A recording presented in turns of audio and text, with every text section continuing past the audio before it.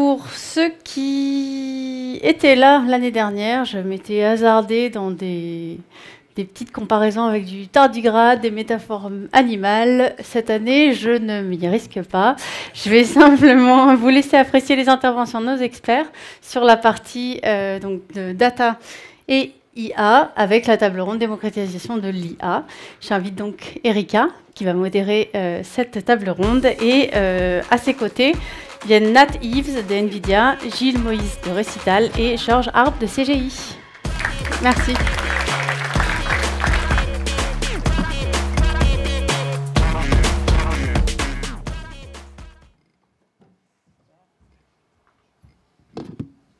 Je vous laisse vous installer.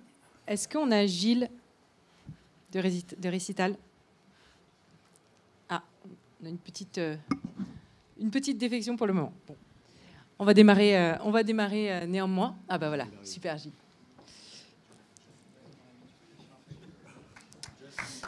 Oui, parfait. Donc, bienvenue à tous. Donc, comme l'a dit Marine, on voudrait discuter avec nos 3 intervenants partenaires de la démocratisation de l'IA et du rôle de notre écosystème régional, c'est-à-dire français et européen, dans ce cadre de la démocratisation de l'IA. Donc, je suis Erika Gélinard, je suis data sales spécialiste chez OVH Cloud. Donc, je travaille sur tous les sujets PaaS autour de la data et de l'IA. Et j'ai le plaisir d'animer cette table ronde avec 3 intervenants. Je vais vous laisser vous présenter, messieurs. Gilles. Bonjour, donc, je suis Gilles Moïse, le président et le cofondateur d'une entreprise qui s'appelle Recital, qui fait du traitement automatique de documents. Donc on utilise de l'IA et du deep learning depuis plusieurs années maintenant pour lire automatiquement les mails, les scans, les documents et je dirais en automatiser le traitement, extraire de l'information, rechercher dedans, router les bons documents aux bonnes personnes, etc. Et donc voilà, aujourd'hui on essaie de faire gagner beaucoup de temps aux organisations. Bonjour à toutes et à tous, je suis Georges Arp de la société CGI, une société canadienne de 90 000 personnes. Je suis responsable de la stratégie intelligence artificielle sur l'Europe de l'Ouest et du Sud et aussi de tout le portefeuille de solutions business. On a une 50aine de solutions qu'on pousse sur le marché aujourd'hui. Je suis ravi d'être avec vous cet après-midi. Bonjour, je m'appelle Nat Eves. Je suis responsable pour les activités entreprises pour NVIDIA en France. Le plus facile, c'est de dire que c'est tout ce qui n'est pas gaming. Alors, c'est le reste.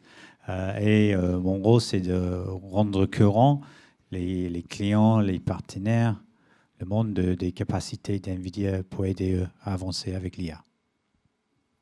Donc, merci pour cette petite introduction.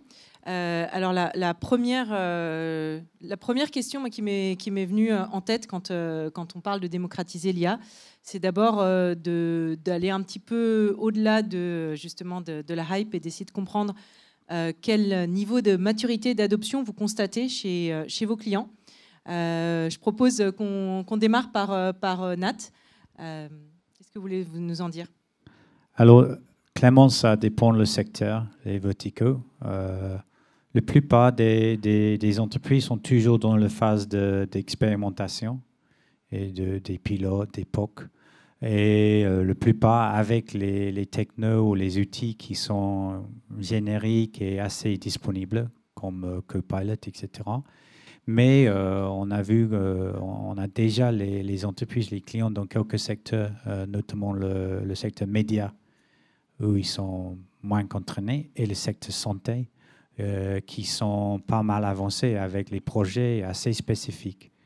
Alors, dans le média, ils ont envie d'utiliser le Gen AI pour accélérer la création des images, des visuels, de contenu, pour être plus vite dans le marché, mais aussi moins cher. Et dans la santé, c'est vraiment d'accélérer tous les process de générer les candidats pour les nouveaux médecins, mais aussi, par exemple, la compréhension des imageries médicales, détection des cancers, etc. Aujourd'hui, il y a les modèles qui qui peut regarder et détecter le cancer dans une image plus vite et plus précisément que les humaines. Et clairement, il y a aussi les startups et les vrais stars, les étoiles le monde IA, comme Mistral, Hugging Face et autres qui sont basés à Paris. C'est clair, ils sont aux frontières. Est-ce que, Georges, vous voulez nous en dire un mot? Qu'est-ce que vous voyez chez côté CGI? Oui, je vais commencer par aussi un résultat d'une étude qu'on mène nous aussi en fait, côté CGI auprès de nos clients. En fait, chaque année, en fait, on a quelque chose qu'on appelle Voice of Client et on contacte 1500 directions générales dans le monde. Et un chiffre important dans cette étude qui est sorti, c'est que 70% en fait, de la direction générale aujourd'hui considèrent que le sujet de l'IA, c'est un sujet d'avenir. C'est-à-dire, en fait, il faut qu'ils comptent sur ce sujet-là pour le développement de leur entreprise dans le futur. Et on le voit, en fait, avec les multitudes d'expérimentations qu'on a sur le marché aujourd'hui et les réunions en fait, qu'on monte spécialement sur l'IA. À chaque fois qu'on essaye en fait, de contacter un client en fait, pour parler de quoi que ce soit, en fait, il met le sujet de l'IA sur la table et c'est le sujet en fait, qui est en priorité aujourd'hui. Par rapport au secteur Erika, en fait, on voit qu'il y a, de notre point de vue, en fait, il y a trois domaines différents. En fait, le premier en fait, qui couvre plutôt la banque et le manufacturing. Ce sont deux secteurs en fait, qui ont commencé à faire de l'IA prédictive depuis 12 ans, c'est-à-dire en fait ils sont bien rodés sur la partie IA et ils commencent en fait à se lancer sur l'IA générative avec de l'expérimentation, mais ils sont les premiers en fait à essayer l'approche hybridation entre les deux types d'IA et ils en tirent un peu de bénéfices. Et c'est les premiers aujourd'hui qui se lancent sur la partie industrialisation de l'IA. On a vu les premiers dossiers arriver sur la factory, c'est-à-dire en fait créer des usines de use case d'IA, surtout dans la partie manuf. Bon voilà, en fait, je mets ça dans une même famille parce qu'en fait, c'est eux qui sont un peu plus en avance en fait des autres. La deuxième partie, je cible plutôt la partie retail et la partie santé, le health. Dans ces deux-là, on voit qu'il y a énormément d'expérimentation. C'est là où il y a le plus d'expérimentation sur le marché aujourd'hui, c'est là-dedans. Mais ils sont un peu rattrapés par les problèmes financiers, ce qui veut dire en fait, qu'on va rester un peu plus longtemps dans la partie expérimentation avant d'aller sur l'approche plutôt at scale. Et la troisième famille, on va voir en fait les assurances, la partie utilities, le transport, le secteur public. Et là, il n'y a pas une notion de stratégie globale. On travaille en fait un l'IA par projet. On a des expérimentations un peu partout, mais aussi il y a beaucoup de projets. Et d'ailleurs, en fait, tu as cité en fait la partie IA et data. On commence à voir beaucoup de dossiers arriver dans ces domaines-là sur des centres de compétences IA et data ensemble. Et ça, c'est des projets d'actualité là depuis 2-3 mois en fait. La majorité en fait des appels d'offres en fait, qu'on reçoit du marché sur le centre de compétences data, s'est transformé en data et IA ensemble. Bon, voilà en fait, c'est les trois catégories qu'on voit sur le marché aujourd'hui. Alors nous, ce qu'on voit en tant qu'éditeur de logiciels, c'est également une distinction en fonction de la taille de l'entreprise. C'est-à-dire qu'il y a quand même très clairement une avance qui a été prise par les très grands groupes qui se sont dotés de direction digitale dès les années 2014, 2015, 2016. Et aujourd'hui, quand même un certain retard qui a été accumulé par les structures plus petites, PME et ETI. Et donc effectivement, comme tu le disais Nat, il y a effectivement des endroits où je dirais la transformation digitale est faite, ou en tout cas très bien avancée, et donc l'IA peut vraiment apporter sa valeur, parce que le problème c'est que l'IA sur des documents en papier, ça sert à rien, il faut déjà numériser les documents. Et donc ce que je veux dire, c'est que l'IA ne peut apporter la valeur et donner sa promesse que lorsque la transformation digitale de l'entreprise est suffisamment avancée. Et c'est vrai que ça, on le constate quand même plus chez les grands groupes que chez les PME /ETI. En revanche, comme tu le disais à l'instant, dans toutes les bouches, il y a ce mot-là, IA. C'est-à-dire qu'est-ce qu'on fait avec ça? Est-ce qu'on va se faire piquer nos boulots? Comment est-ce qu'on fait pour nous-mêmes profiter de cette valeur, etc. Donc ça, c'est présent partout, mais effectivement peut-être plus avancé quand même chez nos clients grands groupes que chez les clients PME, ETI. Merci Gilles. Alors, tu as mentionné le gain de performance qui est évidemment le plus évident. Est-ce qu'on peut aller un petit peu plus en détail dans les cas d'utilisation qu'on peut constater? Oui, bien sûr. Alors, effectivement, le gain de performance, c'est le premier auquel on pense. Il y a d'autres choses, hein. Il y a la créativité, il y a notamment avec le génératif, il y a de nouvelles choses qui arrivent. Mais sur le gain de performance, ça fonctionne, ça marche bien. Et effectivement, ça, on l'a aussi à longueur de newsletter et à longueur d'articles. Oui, l'IA générative et le deep learning vont transformer en profondeur les organisations, ça c'est sûr. Nous, par exemple, on traite pour le compte des greffes de tribunaux de commerce l'ensemble des liasses fiscales des entreprises françaises. On fait ça depuis plusieurs années et on va le faire encore pendant plusieurs années. C'est un contrat pluriannuel. Et bien là-dessus, jusqu'à présent, les solutions pré-remplissaient une partie de ce que les utilisateurs devaient faire. Aujourd'hui, avec notre solution, donc pareil, c'est du deep learning, c'est des transformers, c'est toujours ces technologies dont vous entendez parler depuis plusieurs années maintenant. Et bien avec ça, on a la moitié du flux qui est traité sans aucune intervention humaine. Donc on voit bien en quoi l'organisation qui fait ça est transformée par l'apport d'une technologie d'intelligence artificielle. Donc ça, c'est vrai que c'est le cas, je dirais, le plus évident, celui de la productivité, celui du gain de temps, celui de l'automatisation. C'est ce qu'on fait, mais ensuite, je sais qu'il y a d'autres cas, peut-être que vous avez également en tête. Je confirme que la productivité reste le premier cas quand même. En fait, hein, c'est sur la bouche en fait, hein, de tous les clients lorsqu'on les voit pour une première fois. Lorsqu'on parle de productivité, il y a derrière aussi la réduction des coûts, puis il y a la prédictivité de la maintenance, la prédictivité de la production, il y a l'agent augmenté, on entend beaucoup. Ben, tout ça, ça tourne autour de la productivité. Sinon, en fait, hein, nous, on a identifié aussi d'autres cas qui sont assez importants et assez utiles pour les clients aussi, et ils se lancent aussi dans cette direction-là. La deuxième, c'est tout ce qui est risque, tout ce qui est fraude, tout ce qui est performance financière. C'est un domaine où il y a pas mal de demandes aujourd'hui, des cas d'usage en fait, hein, qui se mettent sur la table. Le troisième, on va plutôt dans la partie frontale, front office, sur la partie sales et marketing. La notion de personnalisation, c'est un sujet qui est hyper important. En fait, hein, comment vraiment en fait, hein, cibler nos clients pour qu'ils achètent, pour qu'ils puissent en fait, montrer et afficher nos produits clairement en fait, hein, là où ils ont besoin. Voilà les trois par ordre. Il y a beaucoup de clients quand même qui veulent partir sur l'expérimentation avec l'IA générative, mais pas sur leur cœur métier. C'est-à-dire, en fait, hein, ils choisissent plutôt des domaines fonctionnels transverses. La RH, c'est un domaine aujourd'hui où il y a énormément d'expérimentation. On veut tester, on veut voir avant d'aller plus loin, voir en fait, si ça fonctionne, si ça marche. On est curieux, on est intéressé, mais en fait, avant de partir sur notre cœur métier, on veut tester ailleurs. Et ça, c'est un sujet vraiment d'actualité.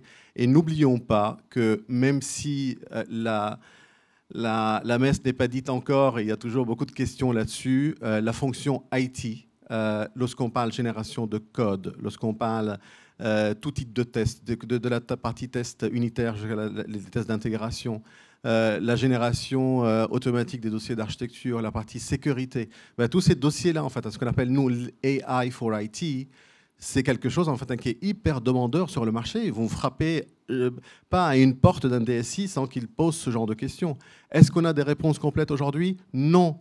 On a des débuts de réponses. Et nous, on a déjà commencé à tester depuis plus que 8 mois sur nos propres solutions. C'est pour ça que je suis responsable et des solutions et de l'IA, pour savoir en fait, quel est l'apport de l'IA sur la partie développement et IT. Aujourd'hui, on tourne avec la 3e itération avec un taux de gain qui est autour de 40 à 50%, ce qui est énorme pour les entreprises, mais c'est un sujet qui est sur la table aujourd'hui. Voilà les 5 que j'ai en tête et que, en ayant ces 5-là dans nos bagages, en fait, hein, pour aller voir un client, on sait qu'on peut jongler sur les 5. En fait, hein, on va couvrir en fait, une bonne partie de ses besoins, quoi. Et Georges, est-ce que sur ces 5-là, est-ce qu'il y en a un ou deux qui vous paraissent encore plus pertinents pour accélérer la démocratisation de l'adoption de l'IA? Moi, je pense, en fait, si on prend l'IT d'un côté, AI for IT, et de l'autre côté, la partie productivité, c'est les deux axes qui vont marcher en parallèle et très rapidement.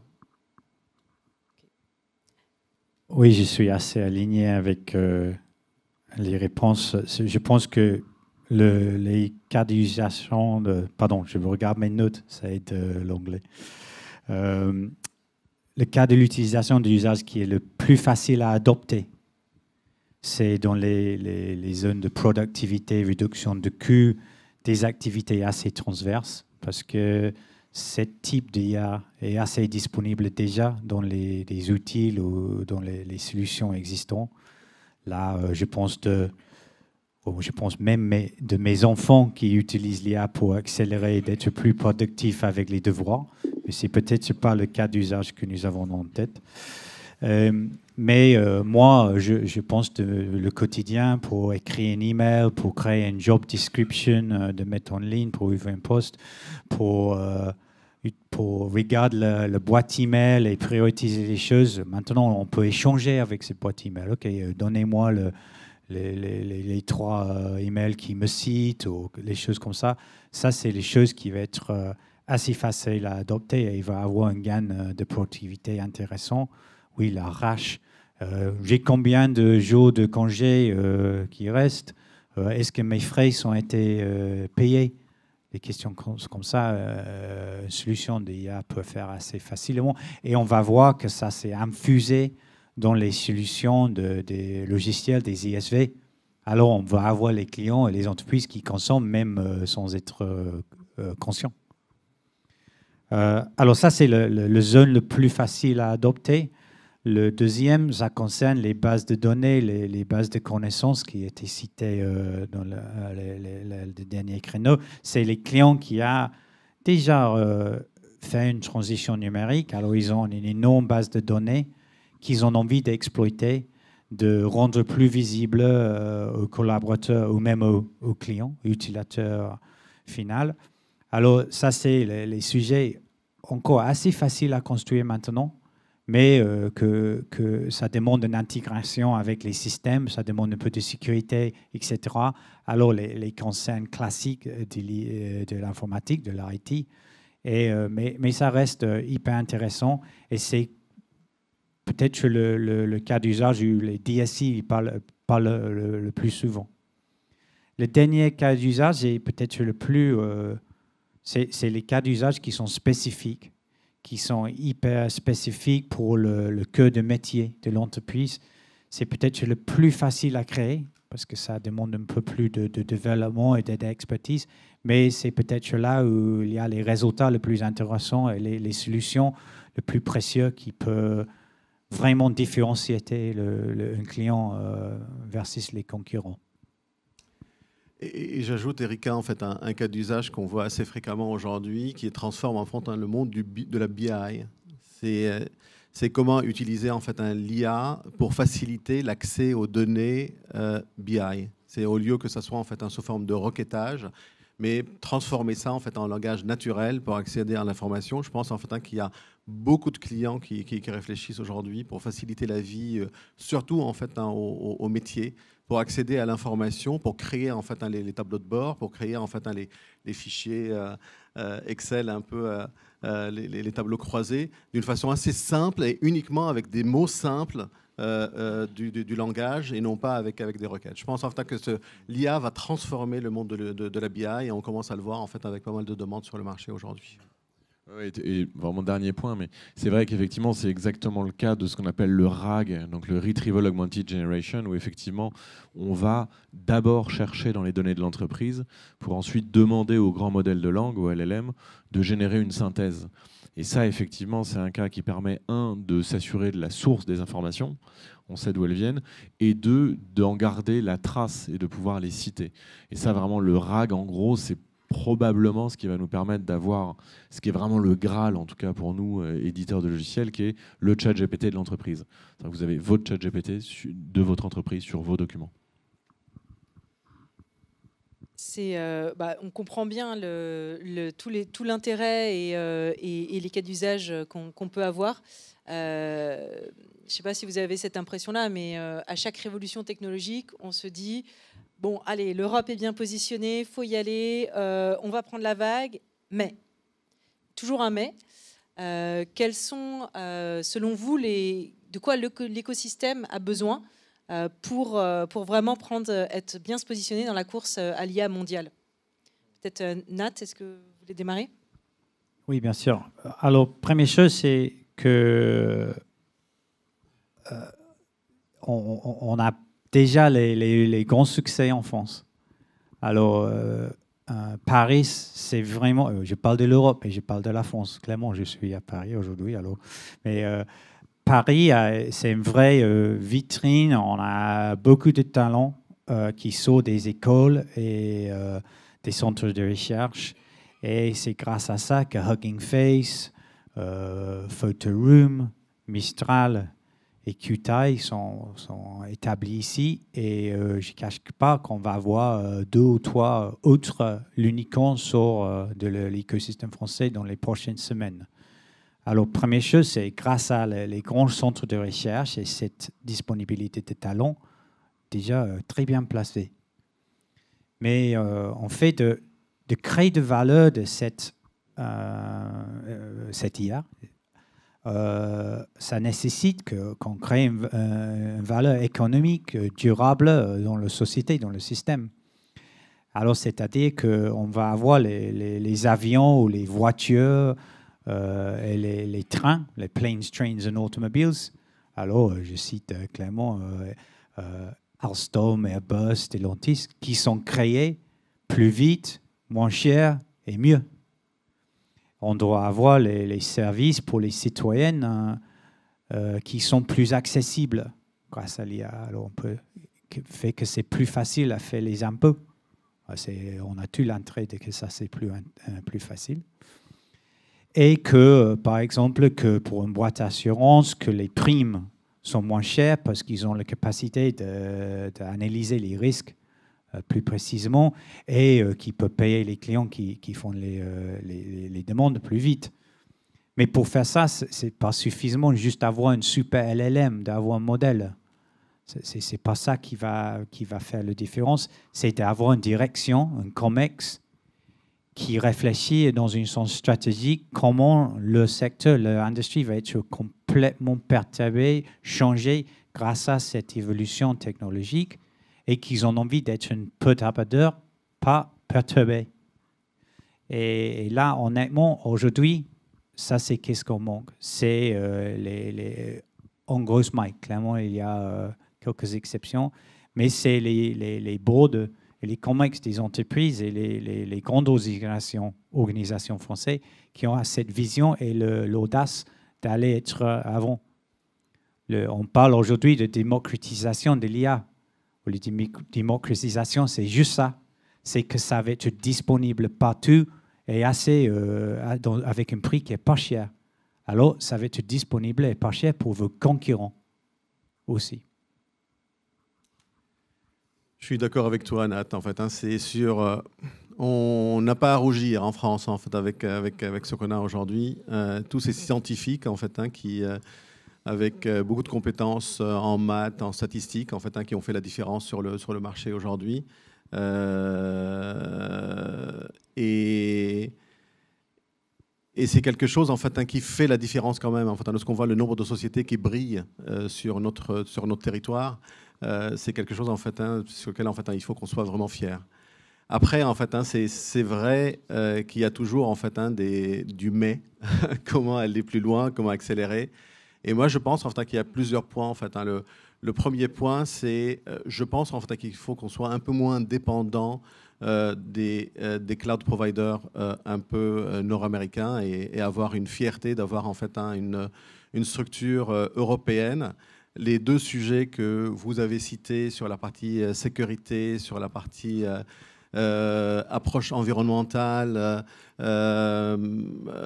numérique responsable, ce genre de choses, on ne revoit pas beaucoup par ailleurs. Je pense en fait que OVH peut avoir une place assez intéressante là-dedans. Il faut avoir cette audace aussi, en fait, hein, c'est peut-être de casser les barrières d'un pays à un autre, travailler tous ensemble, main dans la main, peut-être acheter quelques autres sociétés, en fait, hein, dans l'Europe du Nord ou l'Allemagne, en fait, hein, pour avoir, en fait, pour former ce big cloud provider européen, en fait, hein, qui nous sécurise tous. Le deuxième point, en fait, hein, c'est la partie investissement. Je pense en fait, que la France, mais aussi l'Europe, ils doivent se lâcher un peu, en fait, hein, et avoir un plan d'investissement qui est clair, net, audace, qui couvre la partie infrastructure, oui, mais aussi les projets, la recherche, en fait, hein. Aujourd'hui, on a beaucoup de chercheurs, en fait, hein, qui se lancent en France et très rapidement, en fait, on les voit dans d'autres pays parce qu'ils n'ont pas, en fait, hein, le statut, en fait, hein, qui les pousse, en fait, hein, pour aller plus loin. Et ça, je pense, en fait, hein, qu'il faut que ça cesse. Il faut qu'on prenne, en fait, hein, nos chercheurs entre nos bras, en fait, hein, et qu'on travaille tous ensemble. Et le troisième point, en fait, hein, on est les rois en Europe, en fait, hein, d'ajouter des couches de réglementation à n'en plus finir. Je suis très content, en fait, hein, du LIA Act, en fait, hein, avec ce qu'il a fait aujourd'hui, en fait, hein, cette notion de responsabilisation des différentes parties tierces entre les sociétés qui créent les LLM, les sociétés qui les intègrent ou bien qui les enrichissent et les autres qui les utilisent, pour savoir, en fait, hein, quelle est la responsabilité de chacun. Je suis très content, en fait, hein, du LIA Act avec toute cette notion de risques, les risques modérés, les risques assez élevés et les lignes rouges. Mais il ne faut pas aller beaucoup trop loin. C'est-à-dire, en fait, hein, si on commence à mettre des restrictions sur toutes les datas qu'on ne peut pas utiliser, alors que nos amis, en fait, hein, en Amérique du Nord ou dans d'autres pays, en fait, hein, l'utilisent, ça va limiter quand même, en fait, hein, les résultats qu'on peut espérer de l'IA générative. Voilà, en fait, hein, les 3 points qui me viennent vraiment, en fait, hein, en tête aujourd'hui pour dire oui, on peut aller plus loin. On a, en fait, hein, une base qui est très intéressante et très riche, et il faut qu'on soit fier de ce qu'on a. Et pour aller plus loin, il faut travailler ces 3 points-là assez rapidement. Il ne faut pas traîner. Ouais, je pense aussi qu'effectivement, il faut être très fier de ce qu'on a. Et du coup, peut-être avoir plus le réflexe d'acheter européen et d'acheter français. Là, j'ai eu la chance de participer à une réunion à la Station F il y a 2 semaines. Il y avait un événement avec France Digital et différents parlementaires. Et effectivement, on échangeait un petit peu là-dessus. Et c'est vrai que je me rendais compte que les autres startups qui étaient avec moi, finalement, disaient bah, nous, on part direct sur Azure ou sur AWS. Et sans même penser que peut-être OVH, Scaleway, désolé, ou d'autres pourraient être des solutions pérennes pour faire ça. Or, nous, voilà, je vous disais, nous, on traite plusieurs dizaines de millions de pages par an et ça fonctionne très bien et ça marche 24 heures sur 24. C'est chez OVH. Et c'est vrai que moi, quand je leur ai dit ça, ils tombaient quasiment des nues. Et le problème, c'est que si entre nous, on ne s'achète pas nos produits, c'est vrai que c'est compliqué, quoi. Donc, c'est que pour moi, pour répondre à ta question, il y a effectivement un vrai sujet sur comment est-ce qu'on fait pour déjà, entre nous, faire fonctionner ce marché, parce que ça marche, parce que, comme vous le disiez tous les deux, on a des super boîtes en Europe. Et c'est vrai qu'on a un peu un complexe d'infériorité par rapport aux Américains en se disant « Ah non, on ne peut pas. Hein ». En fait, on peut. Donc ça, je pense que c'est vraiment important. Et puis le deuxième point, c'est effectivement de dire, c'est vrai que quand on a des solutions qui sont meilleures que ce qui se fait ailleurs, et qui en plus sont hébergées par un hébergeur européen, je dirais qu'on a un peu le fromage et le dessert, quoi. Non, mais on est quand même dans un moment de l'histoire, hein. On commence à parler un peu de retour du tragique. C'est vrai, c'est compliqué. On a quand même eu beaucoup d'élections cette année, certaines qui vont avoir potentiellement des impacts assez négatifs sur la manière dont le monde fonctionne. On a une guerre aux portes de l'Europe, on a des tensions au Moyen-Orient. Enfin, on est dans un moment compliqué. C'est vrai que se dire qu'on a un contrôle sur des éléments de base de nos vies personnelles, professionnelles et institutionnelles est peut-être pas complètement idiot. Et alors, est-ce que tu as des idées concrètes de ce qu'on pourrait proposer justement et de ce que peut faire l'écosystème français et européen, et quel est le rôle aussi d'OVH Cloud dans cette équation-là?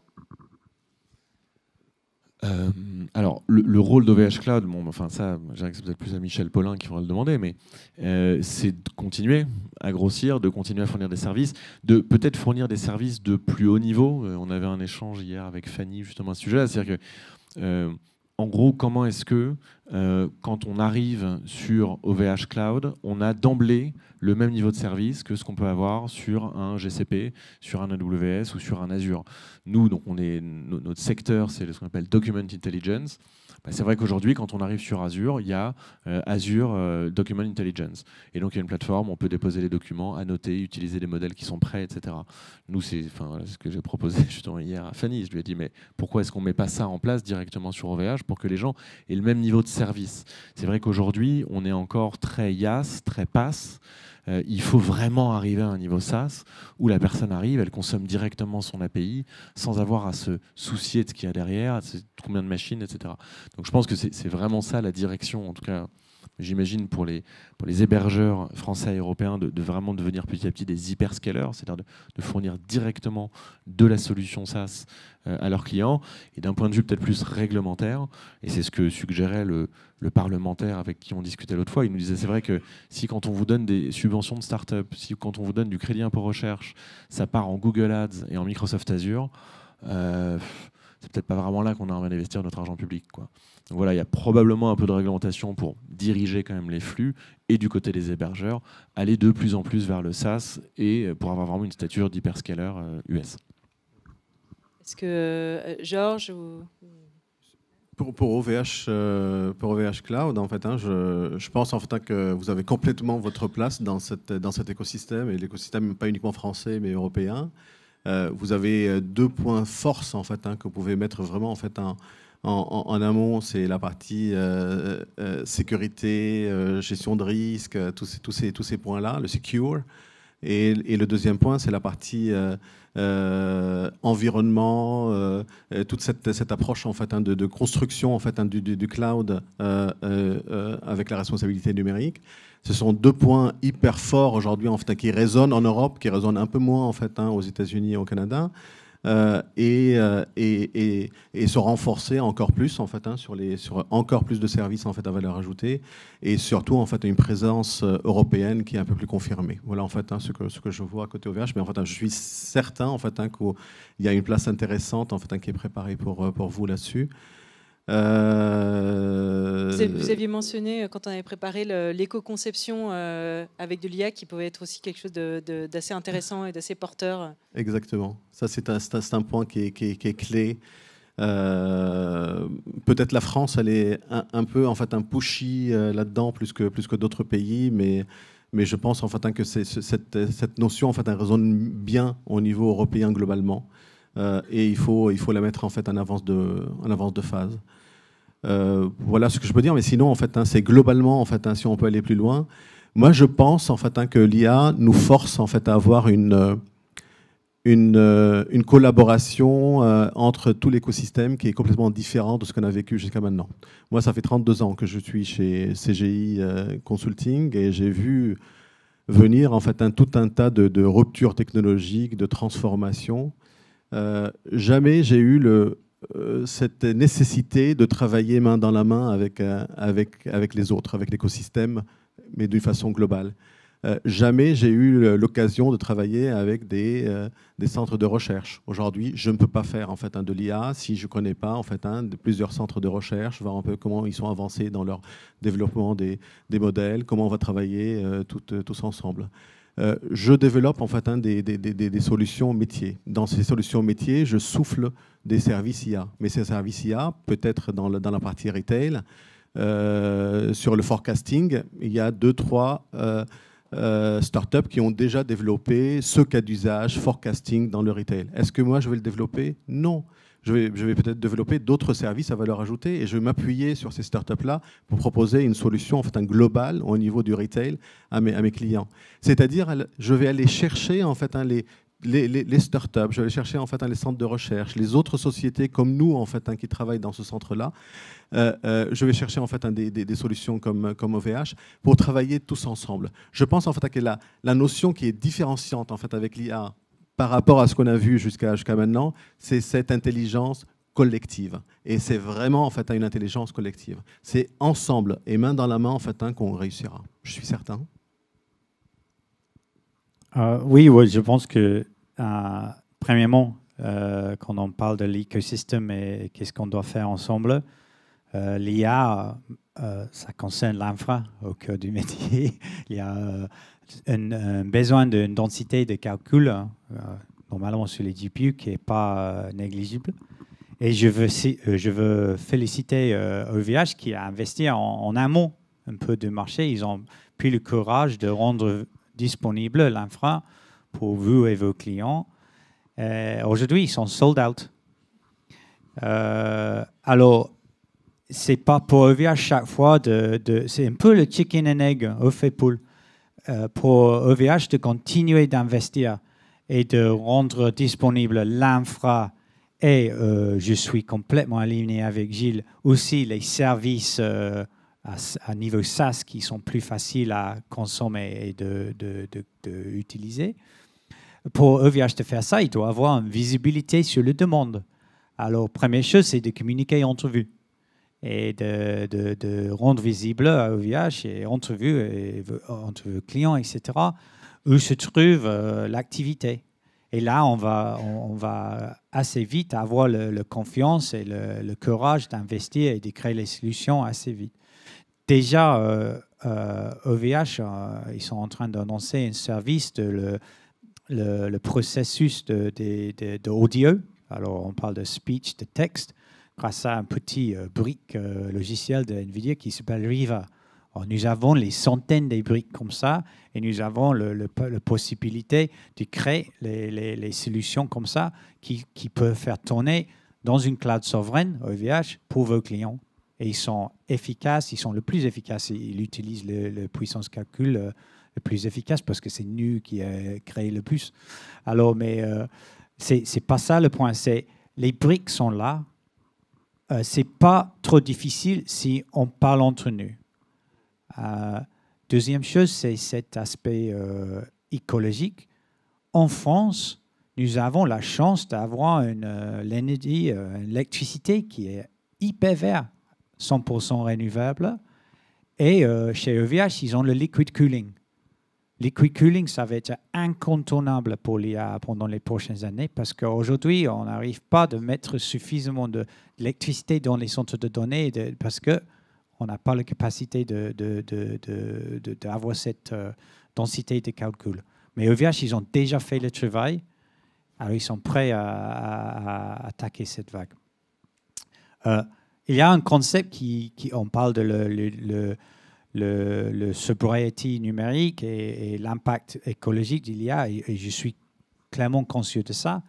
Mais si l'IA fait quelque chose qui s'est fait avec l'électricité renouvelable et ça remplace les machines ou quelque chose qui est beaucoup moins efficace autour d'une industrie assez lourde, oui, c'est toujours l'électricité, mais l'électricité est plus verte que les machines lourdes.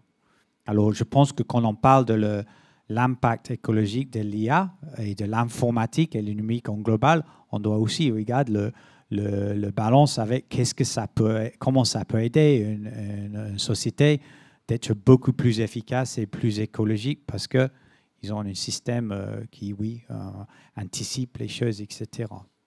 Alors, rendre visible à vos clients l'amplitude et la rapidité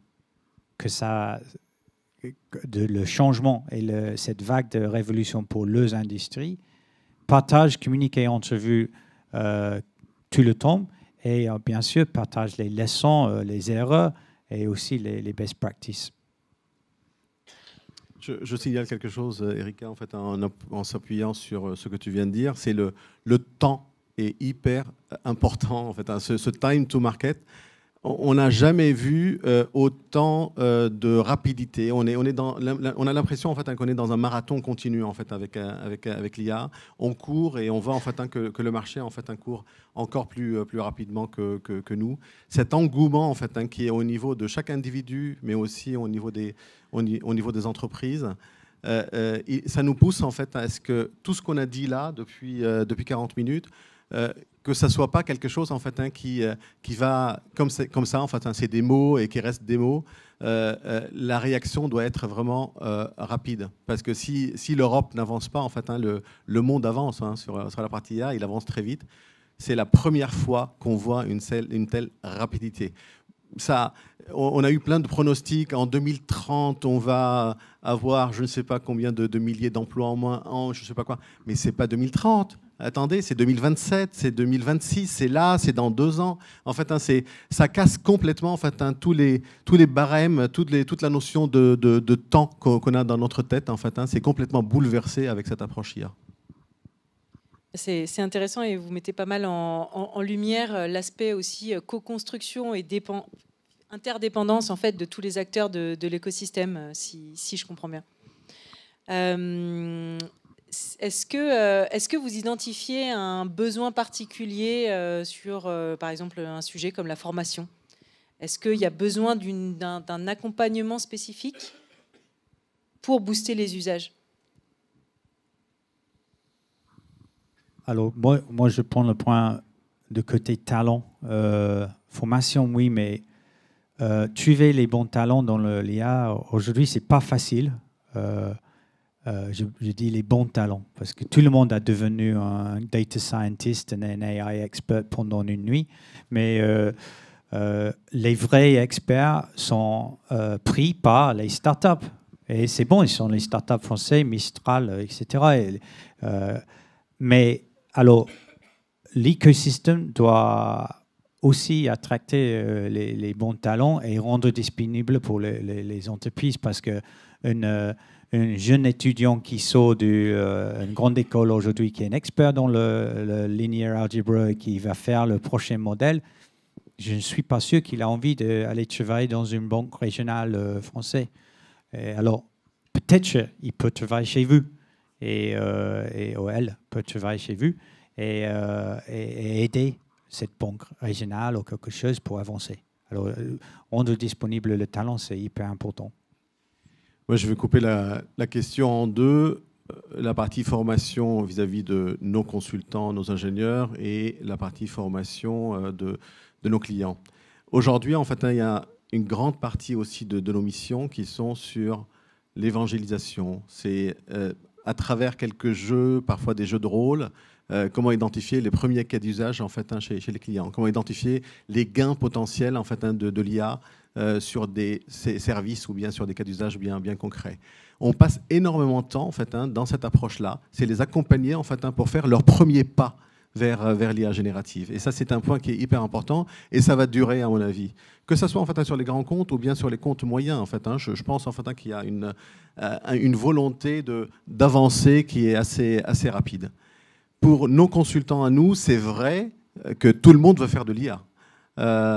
Après, en fait, on a mis en place en fait, toute une approche en fait, de formation. On ne forme pas les commerciaux comme on forme les consultants, comme on forme les experts, comme on forme les dev-tech, comme on forme les managers. En fait, on a 5 cycles de formation différents aujourd'hui pour faire grandir nos équipes au fur et à mesure. On a des sessions spécifiques de upskill. C'est les gens aujourd'hui en fait, qui sont dans une ligne et on veut en fait, les faire avancer sur l'IA. On a aussi en fait, des formations sur le reskill, c'est-à-dire en fait, c'est des experts qui sont très forts en data aujourd'hui par exemple, et peut-être avec une formation un peu forcée, ils peuvent avoir en fait, cette compétence d'aller dans le monde de l'IA. On a un partenariat avec Dauphine par exemple pour ces gens-là. Ils reviennent à l'école durant 1 mois avec un cycle qui est hyper rapide, avec un projet à la clé, une certification. Et c'est comme ça en fait, qu'on pousse nos experts en fait, pour se transformer aussi. Mais puisque le sujet est intéressant, on arrive à trouver facilement des candidats. Et ça, c'est vraiment important. Aujourd'hui, en fait, on sait que le marché, c'est un marché d'experts. Parce que la plupart des clients souhaitent faire le premier pas. Ils ne cherchent pas de développeurs, ils ne cherchent pas en fait, des gens qui ont des idées super floues et très intéressantes, mais ce n'est pas des experts sur l'IA. Ils veulent des experts. Et des experts, il n'y a pas des tonnes sur le marché aujourd'hui. C'est pour ça en fait, que si on a quelques-uns, il faut qu'on transforme d'autres experts en fait, pour aller sur cette partie-là, pour déjà passer cette étape qui va durer encore 6 mois avant d'aller sur la démocratisation de l'IA chez les clients. Et alors peut-être juste pour finir, le gros différenciateur des IA génératives, en tout cas des IA génératives de texte à la ChatGPT, c'est que justement, on n'a plus besoin de connaître un langage de programmation pour échanger avec elle, mais on échange en langage naturel avec elle. Et en ce sens-là, l'énorme avantage, c'est que donc évidemment la formation, c'est jamais superflu. Mais moi, en tout cas, quand on me demande les recommandations que je donne aux gens qui dirigent des structures, c'est de leur dire donnez accès à vos collaborateurs à ces systèmes. De toute façon, ils le font déjà. Je veux dire, tout le monde est sur ChatGPT, donc si vous voulez, à la limite, garder un peu le contrôle là-dessus, ouvrez-leur des ChatGPT ou des copilotes qui sont associés à vos outils, et ils trouveront eux-mêmes l'usage. Ils verront bien comment ça marche. Vraiment, s'il y a bien un endroit dans lequel le learning by doing fonctionne, c'est ça. Puisque justement, il n'y a pas besoin d'une connaissance a priori, mais que le langage est le langage de programmation. C'est ce que disait Andrej Karapeti. Il disait le dernier langage de programmation qui cartonne, c'est l'anglais, quoi. Et c'est ça. C'est qu'en fait, on leur parle directement en anglais ou en français et elles font des choses. Elles peuvent même faire du code. Aujourd'hui, en gros, quand quelqu'un arrive dans une entreprise, il a un laptop, il a Microsoft Office, il a un accès de ChatGPT. C'est qu'aujourd'hui, ChatGPT, c'est un peu comme Word ou c'est un peu comme l'arrivée du mail. Ça devient un élément du package de base du travailleur du secteur tertiaire. Et donc, laissons les collaborateurs et les gens l'utiliser pour savoir ce qui fonctionne, pour savoir comment est-ce qu'ils l'utilisent. Certains, ce sera sur de la traduction, d'autres, ce sera pour les aider à rédiger un mail, à corriger les fautes d'orthographe. Les autres en sparring partner, c'est-à-dire qu'ils lui posent des questions, et puis ChatGPT lui propose des choses, etc. Mais donc, chacun doit trouver son usage, comme chacun a appris à utiliser Word, Excel, etc. Merci. Et du coup, si on devait conclure en une petite phrase qui résume pour vous l'enjeu de l'accélération et du rôle de l'écosystème dans la démocratisation de l'IA, qu'est-ce que vous diriez? Moi, je veux dire communiquer entre nous. C'est nouveau pour tous, même moi. Alors, oui, allez, donne-moi les questions, partage les leçons. Mais communiquez, s'il vous plaît. Pour moi, l'IA, ce n'est pas une rupture technologique, c'est une révolution. Et c'est en travaillant vraiment main dans la main, on peut faire la différence en France et en Europe. Et qu'on puisse tous profiter. Profiter personnellement, parce qu'on peut peut-être vivre plus et en bonne santé grâce à l'IA et la santé.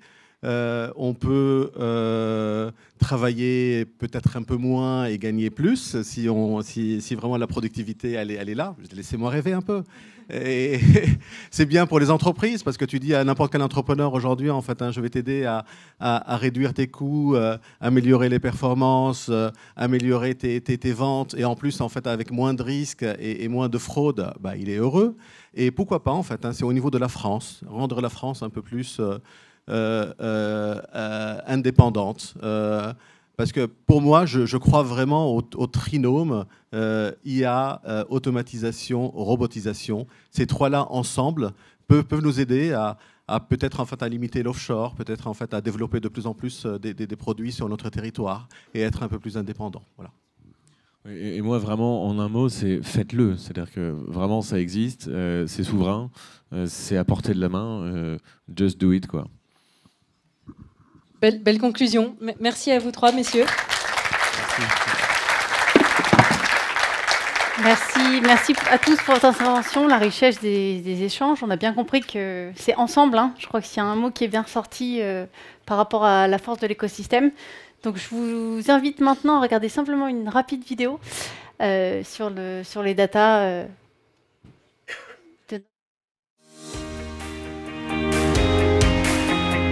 Maybe you've heard of our brand purpose statement, Innovation for Freedom, and you've wondered what that meant.